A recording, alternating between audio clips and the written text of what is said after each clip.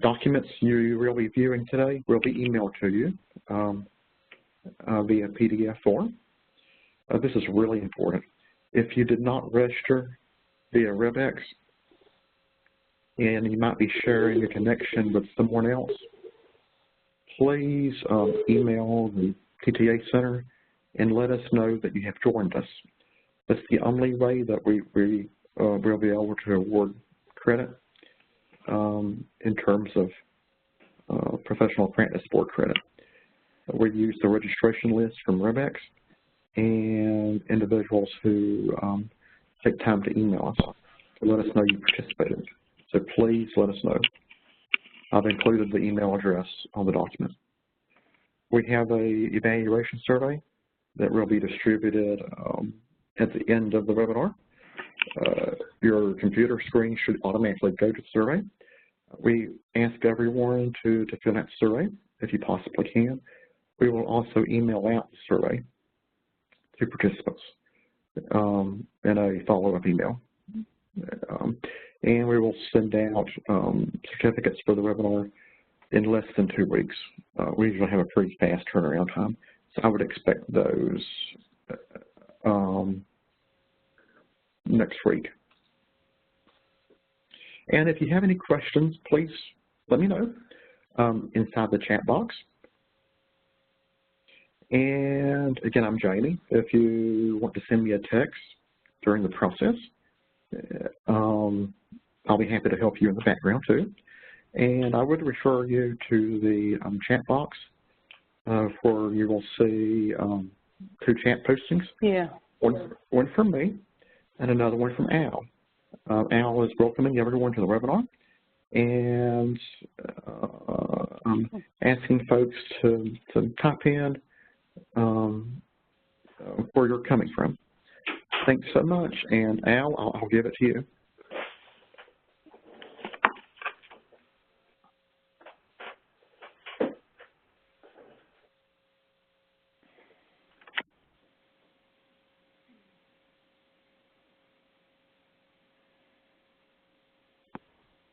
Al, are you still there?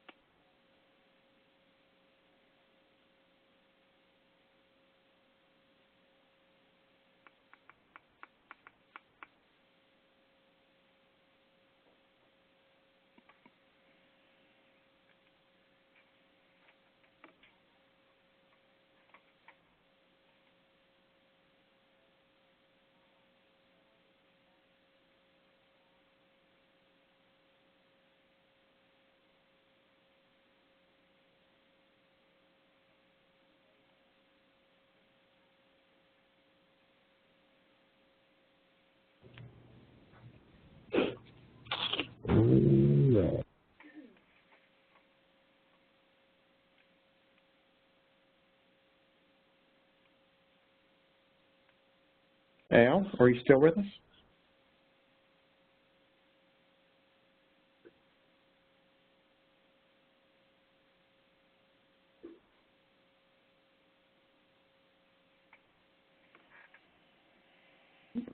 Can everyone else hear me? I've unmuted everyone. So can you hear me out there? Yes. Yes. Yes. Yes. Loud and clear. Great. Yes. Great. Yes. Yes. So, Yes. thank you so much. So Al says he can. Al says Can you he hear can me? hear us. Al, Can you hear me? It is me. Can you hear me? I can. That's great. Okay, but I thought I'd lost you. I heard y'all just fine, and I was talking, and nobody was responding. I apologize. Okay, so you can't hear me then? Yes, sir. Okay. All right. Let's get started then. If you can hear me good, then it's good to have everybody here, and I'm glad to have everybody here. We have an hour and a half to get through a lot of stuff, and we're going to have another one tomorrow. So it's good to be here, and so let's get started. Let's go over a few brief things that I want you to take away from this morning. HIV 101, 102, or 201, yeah, we're going to go over HIV and HIV-related terminology, definitions, comparisons between HIV and AIDS, and the difference between those, because we want to sound smart when we're out there and talking about this thing that's devastating to a lot of people here and around the world. The history and a brief timeline of the epidemic in America and certain portions of the world, the modes of transmission, how it's transmitted, how it's not transmitted, treatment options, HIV prevention in sexual activity. Somebody had a question? Heard some voices in the background. HIV treatment options, alcohol and other drug use, other topics on HIV prevention, and HIV in women. The HIV life cycle, statistics that might be important, is specific more to Robeson County because I live and work around this area, but they're easy to find these statistics, and I'll talk to you about that. Effects on individuals, both physically, mentally, socially, and financially, how it affects people. Ryan-White CARE Act, that's the Comprehensive AIDS Resource Emergency Act. Funding for services, HIV testing, sexually transmitted diseases and how that's connected to HIV, how tuberculosis is connected to HIV, hepatitis and how it's connected to HIV. Post-exposure prophylaxis, what we've been heard for a long time, and this new stuff that's in the last 5 or 6 years is about pre-exposure prophylaxis. Bloodborne pathogens, universal standard precautions, and if there's time, we might go over a case study or two. So I just want to make sure that we have a few things that we want to bring home with us, as it were. A few objectives: obtain a greater understanding of HIV and AIDS, tuberculosis, hepatitis, bloodborne pathogens, universal precautions. Obtain or maintain a greater understanding of HIV and AIDS and its importance and impact on my community, the places where you live. How does it affect you? Obtain a greater understanding of HIV and AIDS as it relates to me professionally and even personally. How do these affect both parts of my life? Have a greater understanding of how to prevent contraction of HIV personally for family, friends, and relatives, or what have you, and professionally for clients and staff. Greater understanding of where to get tested and where we can get treated for HIV and its related illnesses. A greater understanding of how professionally to root individuals into care and improve the quality and quantity of that individual's life. Understanding of how I can be an asset to the reduction of HIV. Some key questions you might want to think about is, what is HIV and AIDS and how does it affect me? As a professional, what can I do to fight HIV and AIDS in my community, with my family, my work, clients, patients? What's the connection between HIV and AIDS, sexually transmitted disease, tuberculosis, hepatitis, and other issues? What can I do to keep myself and others from contracting HIV and AIDS? And what is the most important thing I need to know about HIV and AIDS today? Key takeaway points. Again, there's no cure for HIV and AIDS, but there's a lot of great treatments. People don't have to die from HIV and AIDS. They have a much greater chance of a normal, healthy life if, number one, they're tested and determined that they have HIV. Number two, they get and stay in care and treatment as prescribed with their HIV provider, maintain treatment regimens, and have a strong support system. That is key. The individual seems to fare much better than those without these items. HIV and AIDS, it does not have to be a death sentence. People infected have the potential to live as long as someone that does not have HIV and AIDS, as long as they get treated early and continuously throughout their life. HIV is almost completely preventable. It's a disease process that is heavily stigmatized, which can cause many people to be reluctant to get tested and get into care. So we're trying to break down those barriers, and I need everybody's help to do that. And HIV and AIDS is expensive and prohibitive, but there are programs like the Ryan-White CARE Act that help cover a lot of those costs, even for those that don't have any insurance or any type of way to pay for it. So those are a few take-home things I'd like to make sure that we're aware of today, and you can take that with you. And if Jamie, if y'all get a chance to send that out as well. This is pretty good information, I think. And with no further ado, if you have questions as we go along, again, like Jamie said, please put them in the chat box or the Q&A box, and we'll stop periodically and answer those questions. I want this to be as interactive as possible. I really love a crowd that likes to interact. Hello. Hello?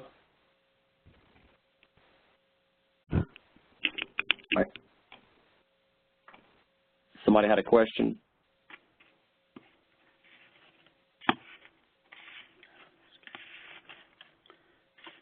Okay. If everybody can hear me okay then? Yes. Fantastic. Let's roll on to HIV 101. So, enduring the worst to bring the best. Over the years, I've been working with HIV around 22 years or so now, and it's been devastating. I started in the 1995, and during that time, a lot of the things that we have now were not available, and it was definitely something to think about. A lot of people didn't realize how bad it was having to take medicines that we had to take 30 to 50 medications a day, and knowing how to time them right. If you notice this background here, we have it's like a bear, a couple bears out there in the woods. Anything? Excuse me? And with that, how would you feel if you had to fight something as big as a bear with your bare hands? What would it be like? How would you think you would handle that? In most cases, people that were fighting with HIV and AIDS early in the 80s, they had to suffer many, many tragedies to try to get to where we are today. What is HIV? Simply put, it's the human immunodeficiency virus. It's the virus, again, when it enters the human body, attacks the immune system, and it enters the helper T cells, are also called the CD4. What it does is it gets into the cell, reproduces itself, and uses your own DNA to create more of itself. It's very smart once it gets inside the body. But also what it does is it actually kills those white blood cells. So as it makes multiple HIV from one white blood cell, after it does that, it kills the white blood cells. So as HIV grows, your white blood cell count dies and goes down. And that means your immune system, as a result, actually gets weaker and weaker and weaker. So what we have to understand is when we're talking about HIV, we're talking about this virus that can cause the AIDS condition. It is undistinguishable from normal cells. And of course, new HIV bumps up against the next white blood cell and doesn't even realize that the white blood cell, of course, fights off our infections. Without this, we get infections that we would normally not get. Breathing in all these germs that we're breathing every day makes it difficult if we don't have a white blood cell count. And it's similar to people who have cancer and have gone through radiation or chemotherapy treatment. Their immune system is very fragile and they can pick up infections quickly. What does HIV stand for? H, it stands for human because it's the virus that can only infect human beings. Immunodeficiency is because it makes our immune system no longer viable, no longer effective. It makes it deficient, as it were. Remember growing up, they used to send home deficiency reports, and that means Al Bishop is not working to his fullest capacity. He could do a better job. And so that's what it means when immunodeficiency means. And of course, virus is because it is a virus. It's an organism that's like a parasite that's incapable of reproducing by itself. What does that mean? That means it relies on a host in order for it to reproduce. It's a parasite. So that's what HIV stands for.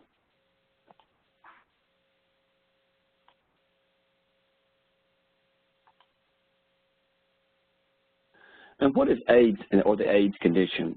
And AIDS does differ from HIV, where HIV is the virus that causes a condition that could get into a condition called AIDS, but HIV is the actual infection or the actual bug that one can contract. AIDS is a condition that when your body can no longer fight off certain infections or diseases anymore. So it's acquired immune deficiency syndrome. It's a condition caused the damage that HIV does to the body, where it's actually killing our white blood cells for those that are infected. When the body's immune system reaches a level where it can no longer fight off certain infections, the CDC, the Center for Disease Control, has determined that when a person's CD4 count drops below 200, that's when they're considered to be in the AIDS condition. Unfortunately, for those that are infected with HIV, once they get a label as having AIDS, they're always labeled with AIDS, even if their immune system comes back up and goes above 200. So what does AIDS stand for? AIDS. The letter A stands for acquired, again, because it's a condition that the person must acquire or get infected with, not something that's transmitted through the genes. Now, that does not mean you can't pass on from mother to child through childbirth. It can. However, it's not genetic at this point as far as we know. Immune system, because it does affect the body's immune system, that helps fight out diseases, bacteria, viruses, and germs of all kinds.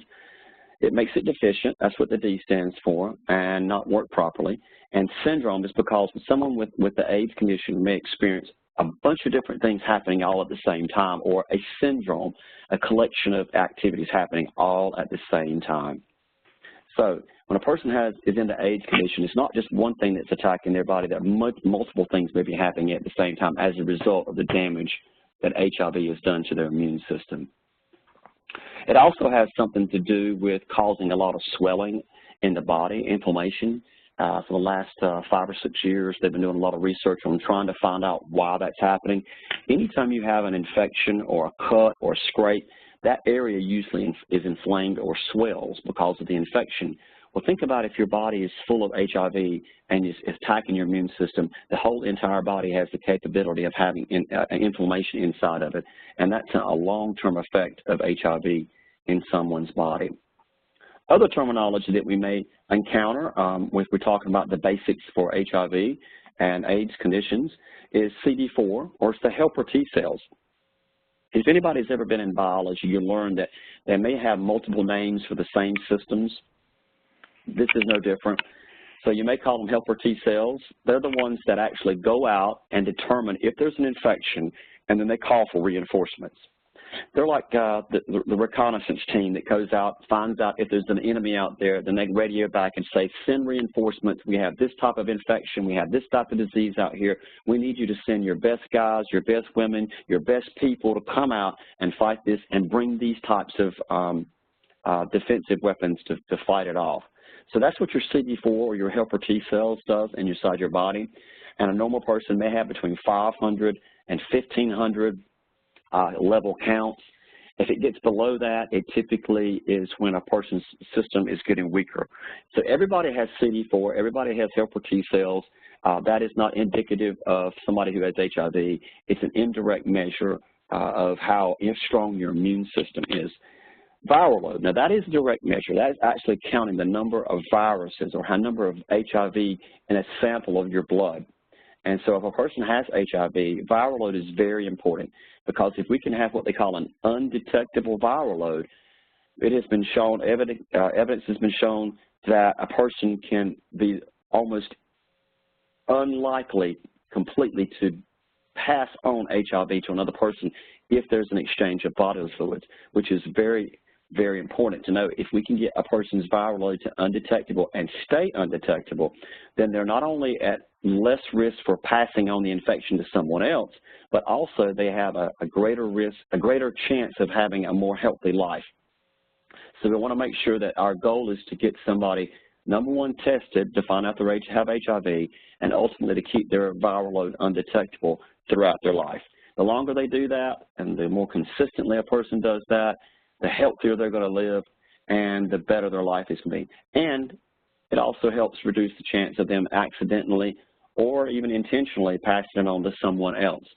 So again, we want the health of our communities, the health of the individual to be greater, so it's important to know that a viral load of 0 or undetectable is what's desired. ARC is an old term, is an AIDS-related complex.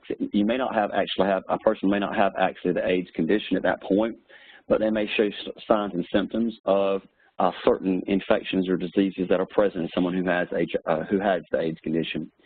GRID, or gay-related immunodeficiency, that was given to this because when it was first determined of the individuals that were getting HIV and getting sick, it was back in the early 80s. It happened to start in the gay community, the gay male community, and it seemed to be the only ones that they were getting infected with these specific pneumonias. And so they had initially labeled this as a gay disease, and so it was gay-related immunodeficiency early on. We no longer use that terminology because it isn't a human disease. HIV positive means a person has HIV has been detected in the body, and HIV negative means HIV has not been detected in the body, or at least at this point with the test at this time. There is an incubation period, and it may take time depending on the type of test that is used, and we'll go over that a little bit later on. So if a person can be HIV negative on the test, but actually have HIV in the body, and it just didn't show up on the test at this point. STD or STI used to be called venereal disease or VD. So the terminology has changed over the years to sexually transmitted disease, and then finally to sexually transmitted infection.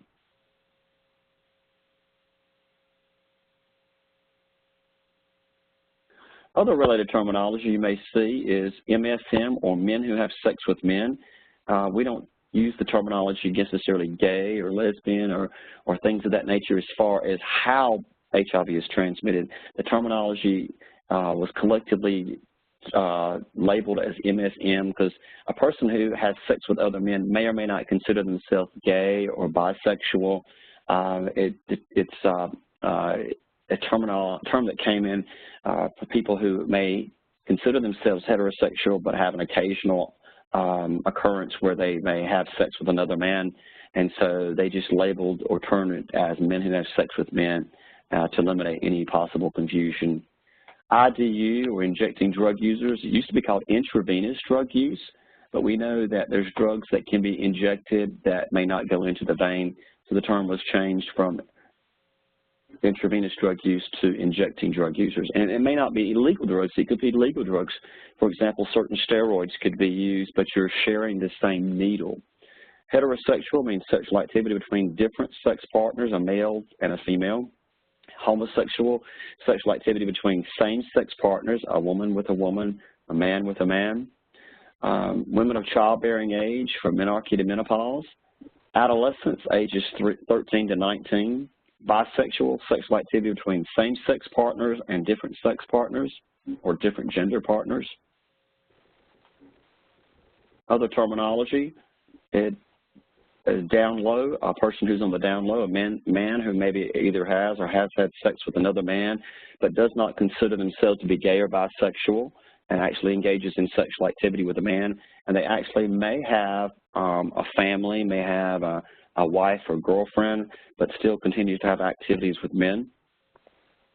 Transsexual, person who self-identifies as a member of a gender of the opposite as to the one that they were assigned in at birth, usually involves changing the sex of the person through hormonal and or surgical procedures. Transvestite may be a person who occasionally dresses as one of the opposite sex and or plays the roles or the gender of the opposite gender. Transgender is also a term that's been used over the years of or relating to or designating a person whose identity does not conform unambiguously to conventional notions of male or female gender, but combines or maybe even moves between the different genders. Also, it could be considered people who were assigned a gender a gender, usually at birth, based upon their genitals, but who somehow feels that was false or incomplete description themselves. And then there's also those individuals who's non-identifying with or non-presentation as a gender as one assigned at birth. So, any questions so far? Lots of information so far, but I just want to give you an opportunity to throw something in the chat box or in the Q&A box and see if we can make sure that everybody's on the same page. Okay, I'll try to entertain those as they come up. Modes of transmission. How can HIV be transmitted? Well, it can definitely be transmitted through injecting drug use, sharing of needles. So, for example, we talked about someone who has steroids and the whole team decides they need to inject the steroids, so the coach uses the same needle on each and every person in order to maximize getting the shots to the whole team at one time. Or somebody borrows grandma's diabetic needle that she uses to inject insulin, and for some reason they need to use insulin as well. Maybe it's hereditary, they passed on from generation to generation. This person has it as well and decides to use grandma's needle. Didn't even think about grandma could be HIV positive. So they're sharing a non-drug necessarily or illegal drug. Hello? Okay, I don't know if that was a question or not. So, but also through sharing of needles through the use of illegal drugs like heroin or cocaine can be injected and other drugs of that nature, and using a needle without properly cleaning that needle. What happens when a person does that is they inject the substance in there, get ready to inject it, and to find the vein, they'll pull back on the plunger, which puts blood inside the needle in the syringe. And when the next person gets it, they have the blood directly into their circulatory system.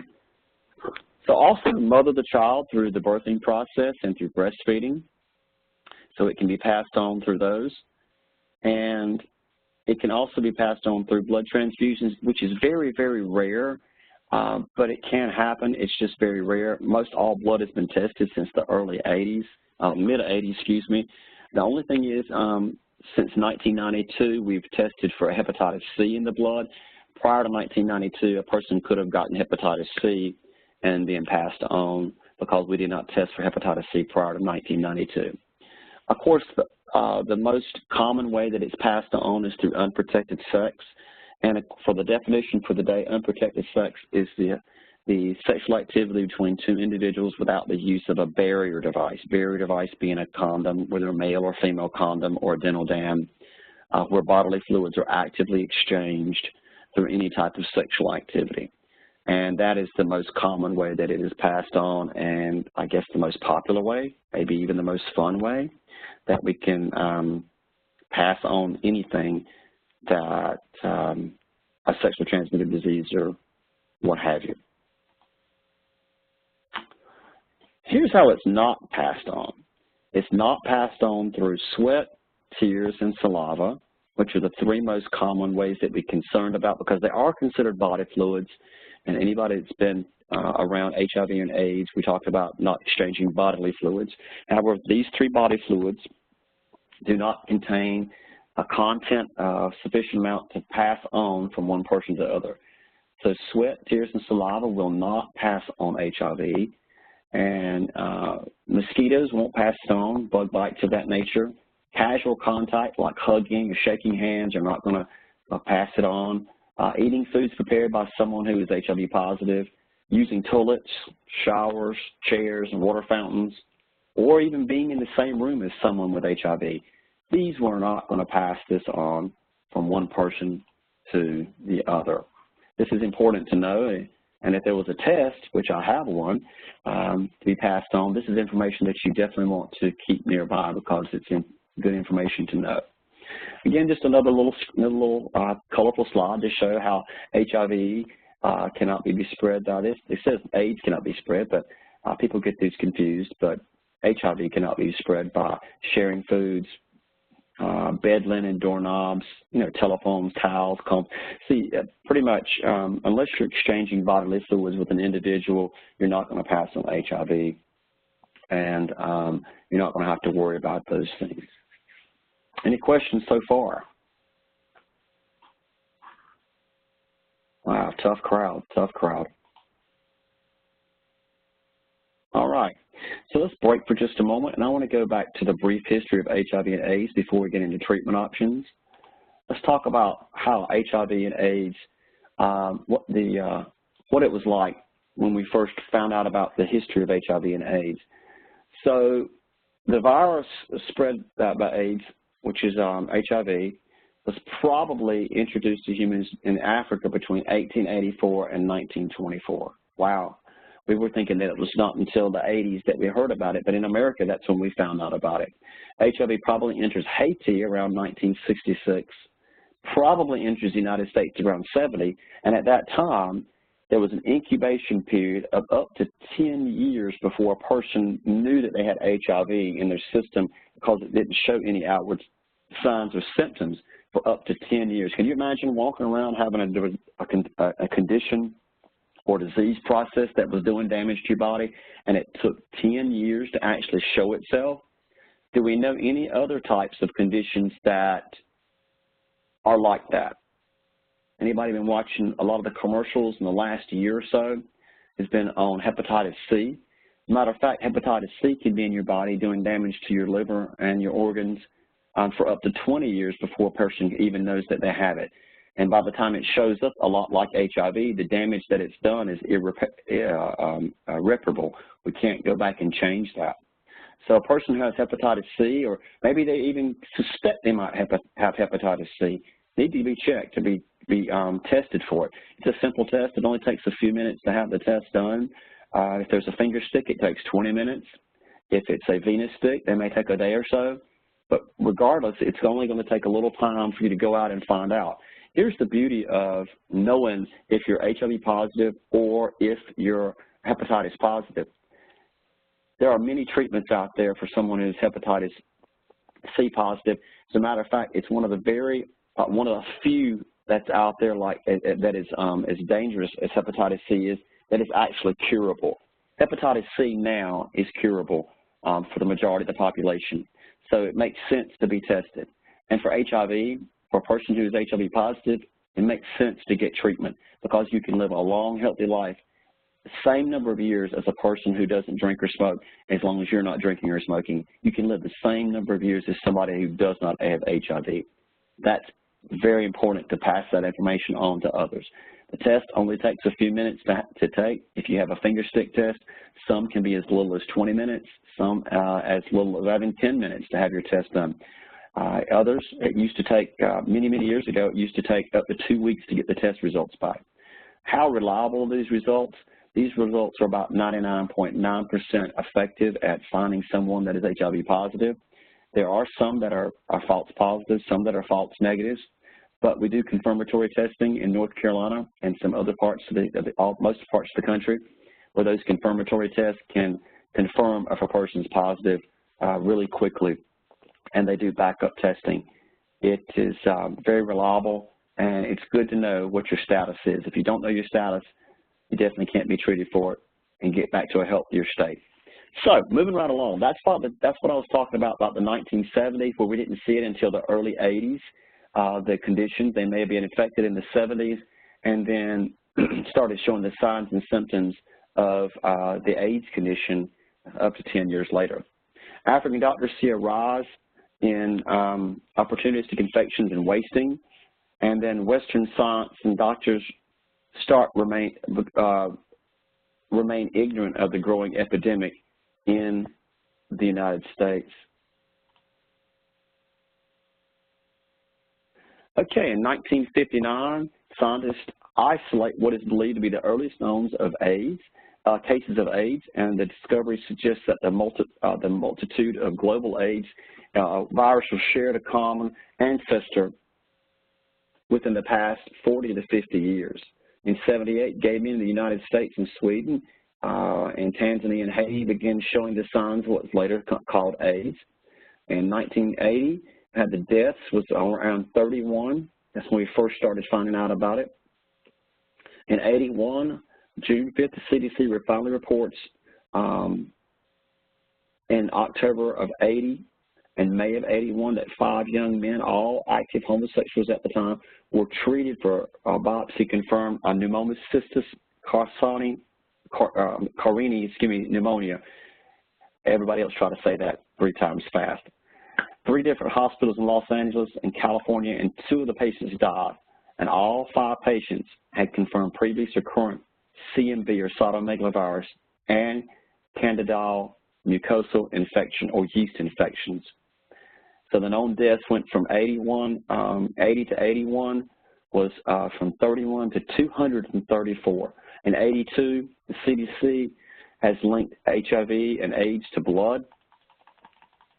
And in the gay men's health crisis, is founded in New York City, and then the number of deaths in 82 has grown from 234 to 853. Notice these things are, the death toll is not just doubling, but it was tripling by that time.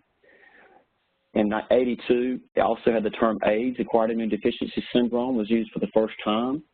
And Larry Speaks, the President Reagan's press secretary, makes jokes about AIDS during a press conference. And Ronald Reagan has not mentioned the word AIDS in public at that point.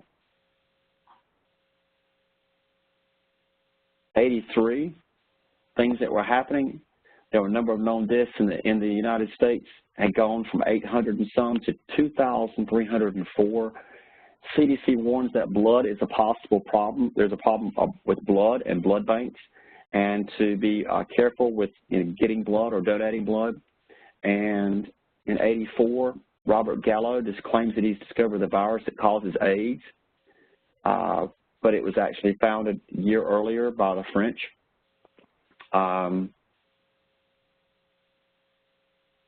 Also in 84, number of known deaths has doubled since 83.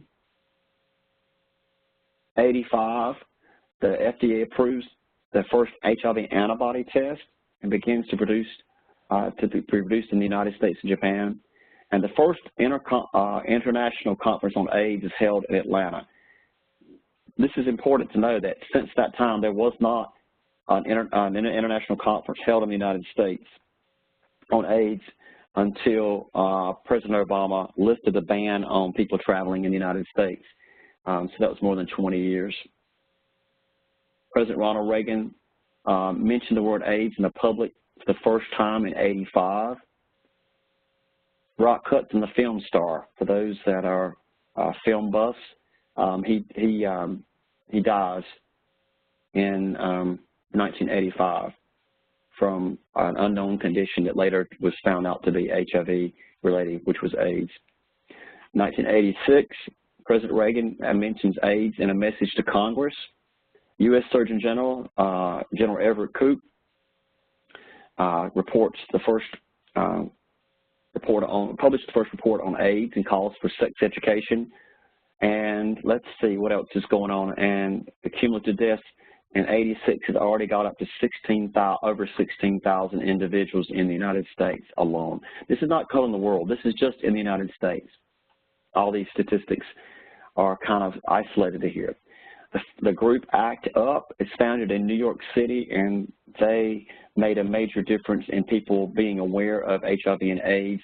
They were radical in their approaches, but they had to so people would pay attention to them. It was important because people in their communities were dying of this disease, and they were tired of people not listening and paying attention about this disease process that was killing their friends and family members and loved ones. As the Bad Played On by Randy Stilts was published and put out there as a play, and it was actually a movie later on published about HIV and AIDS in America. Liberace, the entertainer, has PCP and eventually dies from HIV and AIDS-related conditions. Let's see what else is going on in 1987. AZT, very important, one of the very first medications that were ever produced to fight off HIV and AIDS, was created and released. And as a matter of fact, AZT is still being used. It's not widely used, but it is being reused, and it's to help boost the immune system. And it's one of the only medications they had. So in 7 years, it took 7 years to find the first medication to be able to fight, combat, or have some sort of effect on HIV in the body. 88, the United States bans discrimination against federal workers with HIV. And the U.S. mails out 107 million copies of Understanding AIDS by the U.S. Surgeon General, C. Everett Koop. Number of deaths has gotten up to 4,800 in 1988. In 89, Haiti stops distribution of tainted blood products. The number of deaths has gone from 4,800 to 14,000 in a year. U.S. approves to use pentamidine missed against PCP or the pneumonia that they had related to HIV and AIDS. After 2 years of intense ACT UP protests over the price of drugs, AZT, Burroughs Wellcome lowers his AZT price by 20%. At that time, in 1989, Amanda Blake, Miss Kitty on Gunsmoke, she died from HIV and AIDS related complications. In 1990, Ronald Reagan talks about the epidemic while he's president and apologizes for his neglect of not mentioning and doing more about HIV and AIDS in the United States. Ryan White, the teenager who's known for the Ryan White Care Act, dies from HIV and AIDS in 1990, which is also the same year that the Comprehensive AIDS Resource Emergency Act, or CARE, C-A-R-E Act, was enacted and was named after Ryan White. And we can talk about Ryan White a little bit later on. Also, in 1991, DDI comes out as another medication for HIV and AIDS conditions, and that's from 87 to 91. It took that long for the next medication to be out. Magic Johnson in 1991 was diagnosed and came out and told the public that he had HIV. And the rock singer Freddie Mercury dies from AIDS complications in 1991. Anybody remember who Freddie Mercury was? Lead singer to Queen. 1992, another medication finally comes out called DDC, and it's used in combination with DDI and AZT to help combat HIV and AIDS. And it had to be taken, all these medications had to be taken multiple times during the day. You had to understand that some people were taking some with food, some without food, getting their timing right. It was very complicated, very tedious to try to keep up the medications and when they were supposed to be taken. But at least they had medications to start fighting this disease by 1992, 12 years later. Also in 1992, Robert Reed, the actor, dies. He was the father on The Brady Bunch. 1993, a lot more stuff is going on. Arthur Ashe, the tennis legend, dies. He got his from a transfusion that he had to use while he was doing heart surgery, I believe it's what it was, in 1993. Let's see what else is going on here. 1994, another medication is introduced, D4T, added to the fourth medication that we have for HIV and AIDS. And Elizabeth Glaser, her husband was on Starsky and Hutch, and he contracted HIV and AIDS. And he's not the blind guy. He was the dark-haired guy that played on Starsky and Hutch many years ago. He contracted HIV and AIDS, and Elizabeth Glaser, his wife, became a very firm activist against HIV and AIDS, trying to help in the fight against HIV and AIDS in 1994. 1995, Sequinavir is introduced, and 3TC. We're starting to get more and more. And the U.S. admits in 1995 the Institut Pasteur in France, not Robert Gallo, actually discovered the virus that causes HIV and AIDS. Also in 1995, Olympic diver Greg Louganis reveals that he has HIV and AIDS. And I remember that quite vividly. And he was diving off the diving board, and his head hit the board and cut his head. And I remember him when he hit the pool, everybody got out of the pool like it was going to catch HIV quick, fast, and in a hurry. Eric Eazy-E Wright, he was a gangster rapper. Back in 1995, he passed away with HIV, AIDS-related condition. Brief history continued, 1996. Finally, we talk about HAART, or highly active antiretroviral therapy. That's when we come up with the term cocktail, when we're having multiple medications used to fight off HIV infection. Magic Johnson talks about returning to playing basketball in 1996 when they realized that sweat, tears, and saliva are not going to pass on HIV. I remember that quite vividly. Veramune, Norvir, Crixivan, all of those were introduced in the same year. That was a phenomenal year to have those multiple medications because not only they were more effective, they had fewer and fewer side effects than what AZT and some of the others. The medications that caused that helped to fight off HIV and AIDS, it was tremendously taxing on the body. It gave you nausea, vomiting, diarrhea. It made you feel horrible. But it was either take the medicines and be sick with HIV and die, or don't take the medicine. I'm sorry, take the medicines and try to live, but have to deal with all the side effects of the medicines, or don't take the medicines and risk being sicker and dying from the disease process. But again, as time went on, the drugs got better, the medications got better, the side effects got better, and the effects on HIV were phenomenal. Still not preventing deaths at this point, but definitely reducing the incidence of sickness related to HIV infections.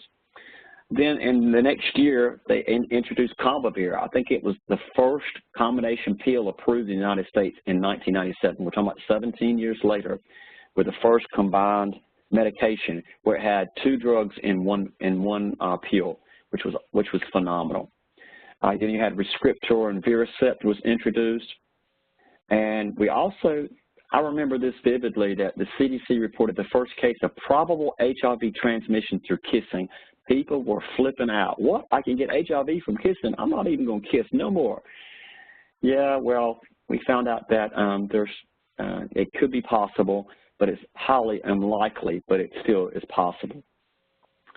The annual AIDS deaths in the United States dropped for the first time since the 80s, and I think that was highly due to the campaign that was out there of trying to get more people tested and get people aware of HIV and AIDS and be protecting themselves, but also it was through the use of better medications, more tolerable medications than ever was before.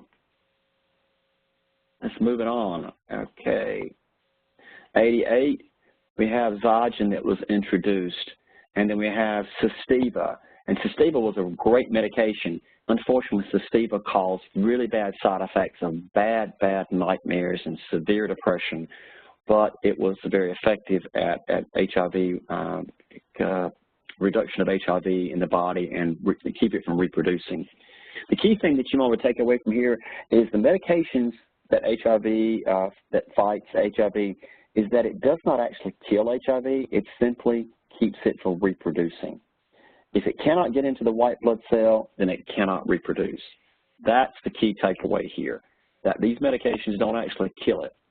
It actually stops it from reproducing, which is tricky because it has multiple places that it can reproduce inside, or most places that the medication actually attacks the reproductive process.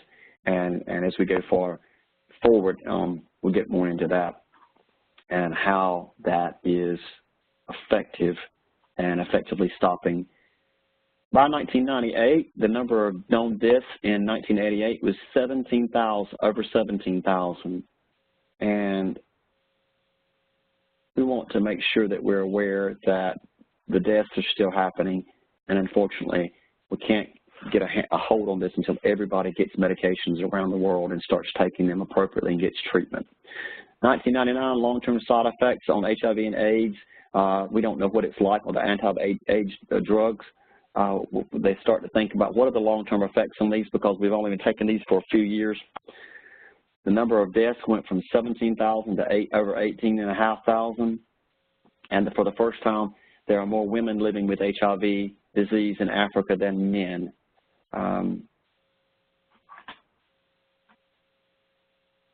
Moving on. All right. By the year 2000, Trizavir comes out with multiple medications in the same pill. Kaletra comes out and is a major medication that does wonderful stuff for the fight against HIV and AIDS.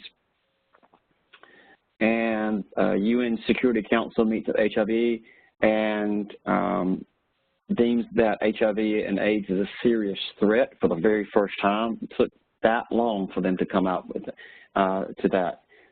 A lot of things have taken longer than we probably should have. By 2001, tenofovir is introduced in the United States for the first time, and the number of known deaths is up to 18,524. 2002, the rapid HIV test is approved by the Federal Drug Administration, Food and Drug Administration in 2002, where you can actually take it and get a test result in about 20 minutes. And it was very reliable and could pick up infections in a shorter amount of time.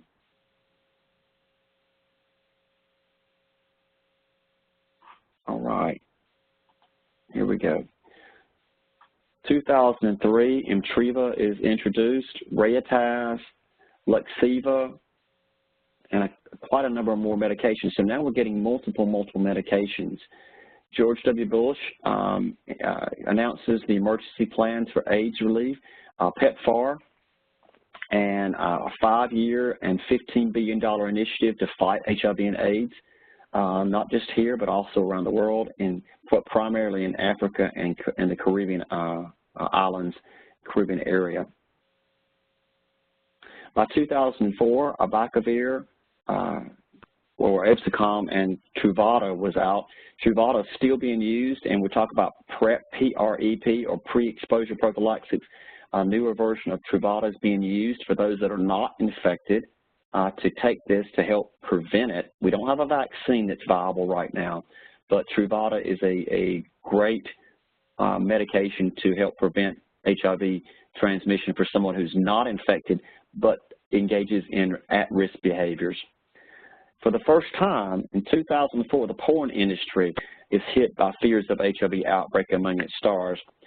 By May, 5 actors have been found to be HIV positive in that year. And so they finally decided, oh, the things that we're doing can be passing on HIV and AIDS. And it finally, they started pushing the use of condom use on screen to encourage people that were watching porn to engage in activities that they were engaging in, to use condoms, because condoms would greatly reduce the risk of transmitting HIV from one person to another. All right, 2005, FDA grants the first tentative approval of HIV drug regimens for use under the PEPFAR, the President's Emergency Plan for AIDS Relief. Nelson Mandela in 2005 announced the death of his son from AIDS-related conditions. And Kenneth Cole, in conjunction with No HIV/AIDS, a joint public education of Viacom and Kaiser Family Foundation and AMFAR today, unveiled that We All Have AIDS campaign to reduce the stigma of HIV and AIDS in 2005. 2006, FDA approves the first time once-a-day medication, Atripla. I remember when that came out, Atripla was supposed to be the magic pill because it had 3 medications in one pill, and that pill was supposed to help people to have one pill, one time a day, and if they take that like they're supposed to every single time, they would have tremendous, a much better life because they didn't have to worry about taking multiple pills multiple times a day. It was very effective, and providers were jumping on the bandwagon to put everybody on Atripla as quickly as they possibly could. And it was great. Unfortunately, one of the medications in there was Cystiva, and it did have bad side effects, but it still was one pill, one time a day. And those bad side effects a lot of times were vivid, very vivid dreams, even nightmares. Another major thing in 2007 was the HIV vaccine trials was halted because they found that the vaccines weren't doing anything. So even many years later, we still don't have a vaccine. 2008, 17th International AIDS Conference takes place in Mexico City. It's held in Latin America for the first time. CDC releases HIV incidents at over 56,000 new infections in the United States every year. Wow, 56,000 new infections every year, and just in the United States. That's not around the world. So this was a major eye-opener for people in America to find out that that many people were getting infected every single year.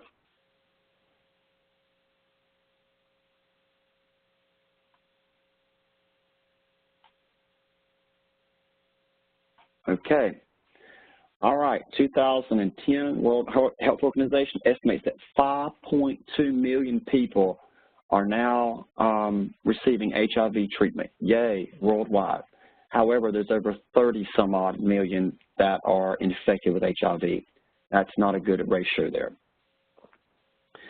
I remember this vividly. On July 13th, Obama administration releases the first comprehensive national HIV/AIDS strategy for the United States. This was just awesome because it was the first time that our president had put something out that was simple to understand. 60-odd pages is all this whole document was, and it had 4 major objectives. And it was simple to understand, easy for people to follow, and if we would follow those, it would be so much less difficult for us to follow. That was the first time that we could put something together. The fourth one was where it required federal agencies to begin working together instead of working against each other to help combat HIV and AIDS as a combined effort. The others were local, where we worked on getting tested and getting people into care as quickly as possible. So other things that are happening at this time, 2011, the CDC does a study with CDF2 and separate trials on partners on the PrEP. We talked about the pre-exposure prophylaxis to find out how effective that would be, and we found that it was getting actually better, and the trials were found to be fairly effective. Considering somebody that didn't have any type of protection, if they would take these medications, then they would be less likely to contract HIV and AIDS. More medications were being released, again, more being released. Complera in 2011 was the first next second 3-drug pill combination that was released. Since 2006, it took 5 more years to get the next drug, multiple pill combination multiple drug combination in one pill. Again, it's also 1 time a day. Again, people were very happy to hear that there was another medication. 2012, the first time since 1990, the International AIDS Conference was held in Washington, D.C. since the President Obama lifted the ban on people traveling in the United States. There was a ban. Known to have HIV were not allowed to come into the United States. That ban was lifted, and they had their first international conference since 1990 held in Washington, D.C. in 2012. And the USDA approves the FDA, excuse me, the United States Food and Drug Administration approves the first OraQuick in-home test, the first rapid test using oral fluid that we can bought over the counter and results retained at home. They didn't have to send off for test results and wait for test results to come back. You could actually get your own test results at that time. And of course, the use of Truvada is used in reducing the risk of HIV infected in uninfected individuals. Again, that PrEP, the pre-exposure prophylaxis. Unfortunately, the downside of this is people stopped using condoms as much. And of course, the campaign had to include the use of encouraging people to continue using condoms while they were using the Truvada. Strabio came out. It was the first 4-drug combination inside one pill in 2012. And of course, like any other new medication, providers were happy to see this and wanting to get our people on it as quickly as we possibly could. And when I say our people, I work with the HIV and AIDS population. I call them my people because I've become really close with a lot of the individuals that I work with that are infected with HIV, and they are wonderful, wonderful people to work with. Tivicay came out, another combination, it was a integrase inhibitor, released in August of 2013. Another great medication to help fight HIV and AIDS. And then Triumet came out in 2014, another combination medication. And we're getting more of these combination medications in one pill, taking one time a day, making it definitely more tolerable and of course the side effects a lot less. 2015, the UN announces that the Millennium Development Goal related to HIV and AIDS has been reached 6 months ahead of schedule. Yay for our strides in HIV/AIDS work. 15 million people receiving treatment at that point in time. Moving on quickly, getting to 2016. The number of people in Russia living with HIV reached an all-time, reached 1 million at that point. And then first organ transplants from the HIV-positive donor to HIV-positive recipients conducted in the United States.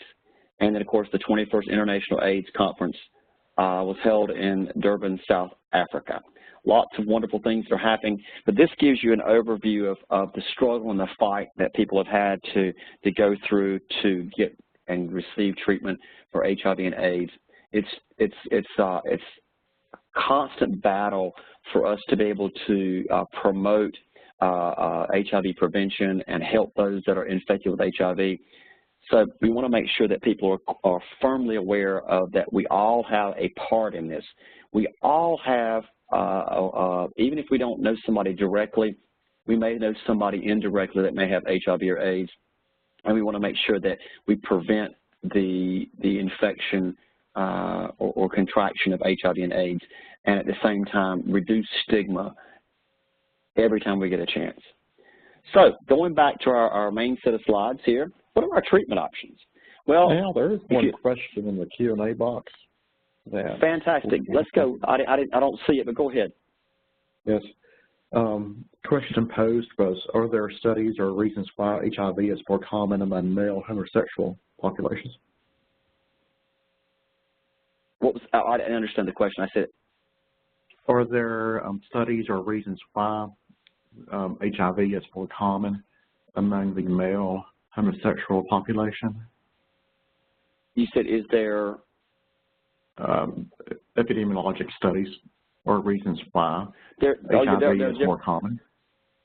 That we found that used to be more common among men who have sex with men, but we're finding that more infections are being found in heterosexual populations. It continues to be found in the men who have sex with men population, but we're still finding a significant increase in the number of those that are heterosexual as far as new infections are concerned. So there is a concern. It's not just men who have sex with men or the gay male population, but it's also being found in heterosexual population. We are still finding that we found a higher incidence of new infections in African American and minority populations. That's where we're finding the majority of them at this point. Does that answer the question?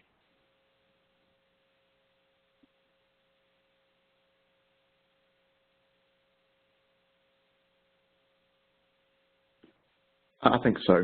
We can return. Okay. We can circle back if not. Was that in the chat box or was that in the Q&A box? Because I'm looking in the both boxes. I got it. I see it now. I had it shrunk down. So are there epidemic studies? Yes, there are epidemiologic studies that on the reasons why HIV is prevalent among the male homos. Yes, part of that, and I can, if you bear with me just a minute, if you look at the way. Don't look at the gender or the race or anything like that, but look at it like this. How the types of sexual activities that happen, the way HIV is transmitted, if you're engaging in certain sexual activities, you're more likely to have tears in the mucosa, more availability of absorption of HIV inside the body. If receptive anal sex is being part of the what's going on, if you understand that the colon has a greater absorption rate of any type of fluid, that's what it's designed to do, is to absorb fluids. So it's more likely for it to absorb any type of infection that may be there. It doesn't exclude oral sex or anything of that nature, but it happens to be that the behavior has a how do I say this? The behavior that's engaged in the activity that you're engaged in has a tendency to promote more transmissions, regardless if you're a heterosexual male or if you're a gay male. But if you're engaging in activities where the tissue can be torn, even the vaginal area can be absorptive, but the colon is more absorptive. But yes, there are studies that are going on trying to determine why they're more found in the male gay population. So yes, and that's constantly what we're trying to do. We're trying to find out more so we can have more targeted education to the populations so they'll know exactly what to tell them to be careful and how to be more careful with the activities that they may be engaging in. And I hope that's helpful. I hope that's helpful. So,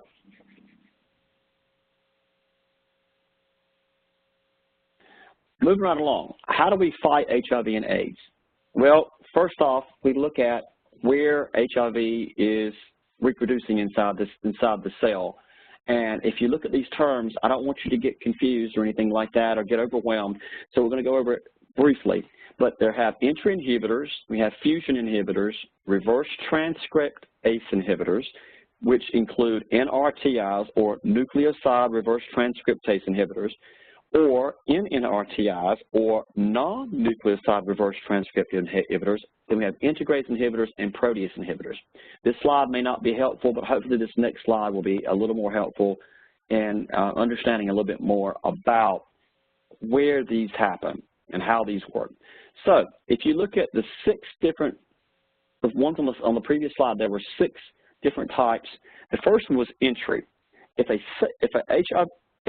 virus cannot get inside the cell, if it cannot enter into the cell, then it cannot reproduce. So if we have an entry inhibitor, it prohibits it from getting in the cell.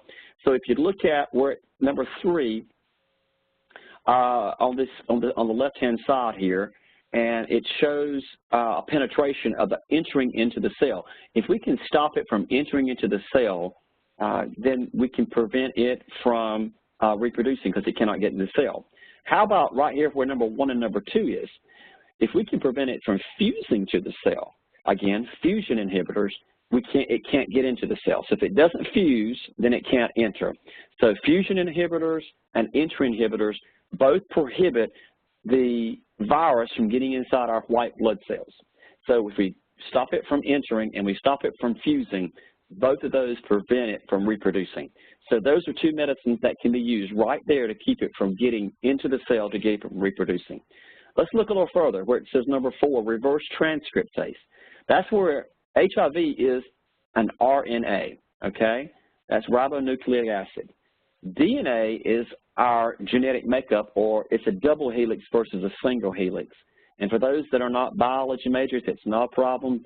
Don't get all caught up in that. But basically, right here is where it goes, where we do reverse transcriptase. It changes from an RNA to a DNA.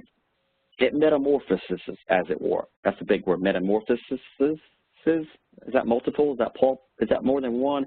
It changes from RNA into DNA. If we can change it from RNA into DNA, then it can't go to the next phase and it can't reproduce. Well, 2 medicines are there, NRTIs or NNRTIs. That's the reverse transcriptase inhibitors. So we have entry inhibitors and fusion inhibitors to try to keep it from getting into the cell. If it acts to get into the cell, we don't want it to transform. Transformers, we use the word transformers, that's a good one, transform. It won't transform from RNA into DNA. And if we can get those 2 medicines there to work, then it keeps it from doing that and it can't go to the next level. The next one is if it does integrase. Now, integrase is important because integrase is where it takes the DNA that it's changed into and it actually merges with our own DNA. That's pretty smart. It really is smart that it actually changes and introduces itself into our DNA and makes a brand new type of DNA and says, ha-ha, now I am HIV. Now I am HIV and your body all together.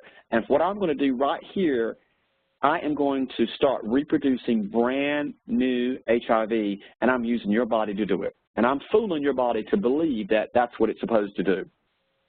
So if it integrates inhibitor prevents it from integrating into our own DNA and merging with our own DNA, actually reprogramming our own DNA, just kind of like a computer virus gets in and reprograms our computer to do what we don't want it to do, it does the same thing. So the integrase inhibitor prevents it from getting to that point where it can integrate into our own DNA, and that's another phase at which we can stop HIV from reproducing.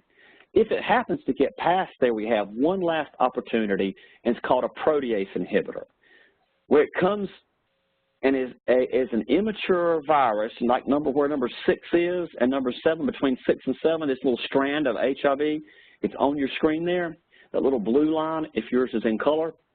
I hope nobody still has monochrome screens. We have color screens now. And if we look at that, it's considered an immature virus, but it has to have a protective coating around it. And that protective coating is called a protease. And so if that protective coating gets around it, it kind of seals it, so to speak, and makes it invulnerable to outside predators, as it were. So if we can get that protease covering on there, it can be viable, it can live, and can continue to reproduce. So what we want to do is a protease inhibitor stops it from doing that, stops it from putting that protective coating around it, and it makes it immature, and in most cases, the virus will die because it does not have that protective coating around it. That's like us going out into the elements with no clothes on and trying to survive in a winter-like weather and getting pneumonia and dying. And, of course, we don't have a chance to live if we don't have those protective coating and protective layers, protective shielding, as it were, for the elements. Anybody have questions on that? Because that can be kind of overwhelming at times. All right. If you do, just put a question and answer in the box, and we'll move on. How does HIV infection versus the viral load versus the CD4? Remember, the CD4 is our immune system. So if our immune system is the blue and the infection is the red, as the red gets greater, the blue gets lower, right? Gets lesser. So what we're looking at is our immune system is high and at the very, very left-hand side of the screen, and as it's high, the infection just starts from week 0 to week 3, and by the time it gets to week 6, it peaks. Here's what we have to understand is when somebody gets infected, usually about 2 to 3 weeks after a person is infected, they're going to have some type of cold or flu-like symptom. I know this thing looks like it's about 6 weeks when it's at its peak, but the peak actually could be even earlier than that. And most people that get infected with HIV, they'll have a severe flu or cold-like situation that really is one of the worst ones they probably had in their life. What's happening at that point is the body's starting to realize, hey, there's an infection here, and I need to start fighting it off. And your body actually starts trying to fight it off. But it'll be one of the worst cold or flu-like symptoms that a person has ever had. And that's when your body starts fighting it off. That's also the time that that HIV is killing off a large portion of your CD4 cells. And that's why you see there's a significant drop in the blue line, and there's a significant increase or spike in the red line. More HIV means more CD4 cells or white blood cells are dying. But at that point, because the body's starting to fight it off, you see that it drops significantly because the body really does a good job at fighting off for the most part initially, but the body can't keep up with the reproduction level that HIV is giving us. So what's happening is HIV will drop, our immune system will go up for a little while, but over time, eventually, the immune system will die or get so weak that it can't fight off anymore, and then HIV starts to peak. And again, this is without any type of medication. It may take up to 10 years for that to happen. And that's pretty much the life cycle of HIV and a person who has HIV in the body. But you'll see things like constitutional symptoms, opportunistic diseases, and death. That's usually when our immune system, you'll see that on the blue line where it's below 200, that's when those opportunistic infections start setting in. We talked about below 200 is AIDS condition. That's where the opportunistic infections usually come in. Any questions on that? We've got about 12 more minutes. I'm going to try to pack in as much as I can in the next 12 minutes. Some statistics that are out there just to let you know how many cases are out there. In 2015 worldwide, there was about 36.7 million worldwide, and there was only around half of that or so, just under half were receiving treatment. That's not good odds. I mean, we want those to equal out where we can have more people getting treatment than that in the United States and around the world. We want to make sure that we understand that this is a pandemic, which means it's worldwide. And what's happening in 2009, you'll notice with chlamydia, gonorrhea, and syphilis that the rates are typically higher in Robeson County, and you can find this information on the North Carolina Department of Health and Human Services website under communicable diseases.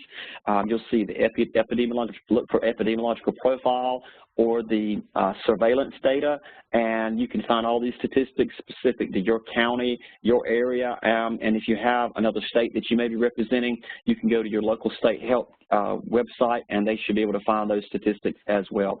But you'll notice the rates of chlamydia and gonorrhea and syphilis are typically higher, except for this particular year. In Robeson, it was actually less in syphilis. We used to have one of the highest syphilis rates in the nation, but we had a syphilis campaign that helped reduce that. Why do we want to even talk about chlamydia and gonorrhea and syphilis?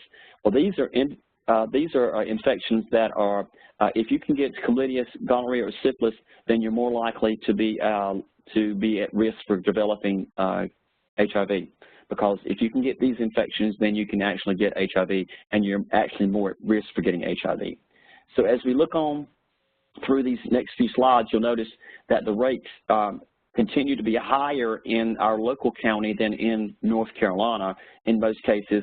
And actually in 2013, from 2009 to 2013, Robeson, we had stopped the syphilis campaign, and we ran out of funds or whatever. They stopped funding us, and our syphilis rate jumped from 1.3 in 2009 to 7.4 in 2013. 2014, it continues to increase. This just shows you a graph of how the rates are higher in Robeson than it is in North Carolina. I know it's a hard slide to follow, but I'm not going to stay there long. You're going to have these slides. You can look at them later. Our syphilis cases are continuing to grow in Robeson County, and if you have higher syphilis cases, it usually means there's a higher incidence and potential prevalence of HIV in that particular area. So when you see syphilis, usually HIV follows that trend. Another slide about we were ranked in 2009, number 9, with average rate of 26.4 in HIV disease cases, and number 15 in 2012. And North Carolina was ranked between 22 and 23, and so you see the difference there in how we were ranked as a county. Countywide, we have a lot more incidence and prevalence of HIV in our area than the state of North Carolina per capita. It's a growing epidemic in our area, and it's not just in Robeson, but it's also in a lot of your rural areas, more so than it is in your urban areas, or it seems to be the case. AIDS cases as of 12/31/13 was 2,015. That means they're not just in the HIV situation by having infection, but they're actually in the AIDS condition. And in 2012, there were 2,210, so it went up by 5 in 1 year. Other things in cumulative disease cases from 85 to 2011 to 615 just in Robeson alone. And other statistics that you might find interesting as we go through here. You can see those later. Let's move on. Don't know why that slide was duplicated, but it is. So there's the 2014, 2015 that continues to increase. 2016, our rates continue to increase with that. What this means is when you see rates like this, of chlamydia, gonorrhea, and potentially syphilis. That means there's a lot of people out there that are not using barrier devices, because chlamydia and gonorrhea, syphilis may be a little bit different, but chlamydia and gonorrhea can easily be prevented by the use of a condom. Female condom, male condom, even dental dams will prevent the transmission of chlamydia and gonorrhea. It's the same as HIV. If we use those consistently and promote the use of those, I mean, I can't say that abstinence is not the best, because abstinence truly is the best. Unfortunately, everybody is not choosing abstinence. But for those that are choosing to have sexual activity, if we will encourage those people to use condoms, use them and use them correctly every single time, you would greatly reduce the risk of chlamydia, gonorrhea, and HIV, and potentially syphilis and other sexually transmitted infections. We can't do this without a promotion from all areas.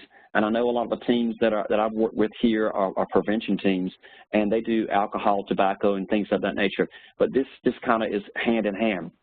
If they're on alcohol or other drugs that can cause a person to not think clearly, they're going to make choices that are not good. So it's always encouraged that if they're using drugs or alcohol, that they encourage to be using condoms if they engage in sexual activity, particularly if they're talking about exchanging sex for drugs. This is something that should be promoted in every possibility. I know I'm probably preaching to the choir here, but we're just trying to push the fact that, you know, if people that are engaging in sexual activity would use condoms and use them correctly, it would greatly reduce a lot of the issues and a lot of the disease transmissions that we're having here. Some condoms will not cover, I admit that, but for the most part, HIV and some of these other infections like chlamydia and gonorrhea would greatly be reduced if the promotion of condoms were used. And again, parents that have teens, you know, you still want to push abstinence every time you get a chance. But if they choose not to do it, they need to know what their alternatives are, just to be on the safe side. Again, abstinence is the best, but for those that are not going to choose abstinence, at least let them know what their alternatives are. I strongly encourage that. We talked about syphilis cases already. I think I'm duplicating some slides here, and I apologize for that, but at least you have it in there. Talking about HIV disease cases, it just continues to go up, and we get closer and closer to #1, which we don't ever want to become #1 in HIV and AIDS cases. We've got to make sure our campaigns in your county and your area are continued to be pushed. We want to make sure we reduce HIV and AIDS, and the prevention side is a big part of it, because we know if we can prevent it, then we won't get infected by it, and we can live longer and healthier and happier. If you were asking about in 2005 to 2009, who are the individuals that are getting infected the most, one of the questions we're asking about, you know, why is it predominantly having, what age group is predominantly affected in Robeson County? It's the ages of 24 to 44 are the ones that are getting infected the most at this point. I don't think I have a slide up here with that, but I do have information that if you want to send an email to me, I can be more than happy to forward that to you. 24 to 44 seems to be the ones that are getting infected the most. I hope that answered your question. Who is getting infected as far as population-wise? Heterosexual, again, I talked about that earlier, are having the highest rates of transmission. Then you have your men who have sex with men, followed by other, and then finally injecting drug use. Disease percent by race, ethnicity. Again, I talked about it earlier that African American or Black American are the ones that are having the highest incident of HIV transmissions, and then it's followed by the American Indian and Robeson area, because we have a higher concentration of Native American, American Indian than in most areas of the state. And so that's why that's higher. And then it goes from there to Hispanic, white, and then of course unknown, and then finally Asian Pacific Islanders. More statistics. In 2016, we had 236 that had AIDS, living with AIDS. Earlier we saw the slide that had it was 2012, 2013. So we were definitely increasing on those. cumulative disease case, we talked about 85 to 2014 be 693 people who are living or cumulatively having HIV. That's including HIV and AIDS combined. Okay, we have about 2 more minutes. The key thing, the last thing I want to leave with you today before we finish up is this thing. It says, "How to Kill Our Time Last Night." It used to be a campaign in Cumberland County that it was very effective, and it talks about getting HIV. It was on billboards, and every time they put up this billboard in Cumberland County, testing increased by 100%. It's important that your message is clear. If you get a good message, you get it out to the individuals, get people tested. We want to make sure that people know not only where to get tested, and if you'll go to hivtest.org, I believe it's hivtest.org, or just Google HIV testing, there's a place in there that you can put in where to get tested. You can put your zip code, and it will come up, or your city, and it'll come up where you can get tested, and you can help other people find out where they can get tested. If there's a cost associated with it, if they can get tested, and actually they can find out where they can get treated. As a matter of fact, if you want to find out where you can get Ryan White assisted treatment, that Ryan White assisted treatment, you go to the HRSA website, Google HIV Ryan White treatment locations, and that'll come up and find you, and then you can put in your zip code, and it's a map that'll show you where the nearest Ryan White funded places are. And as we wrap up today, I'd like to thank everybody for being here today, and I look forward to having you all here tomorrow. And we'll get into more stuff about tuberculosis and hepatitis B and universal precautions tomorrow. And I look forward to talking with you. Back to you. Thanks, Al. We will reconvene tomorrow at 10 a.m. using a separate link that you should be receiving a reminder for inside of your email addresses. If anyone has any problems, just let me know. Thanks.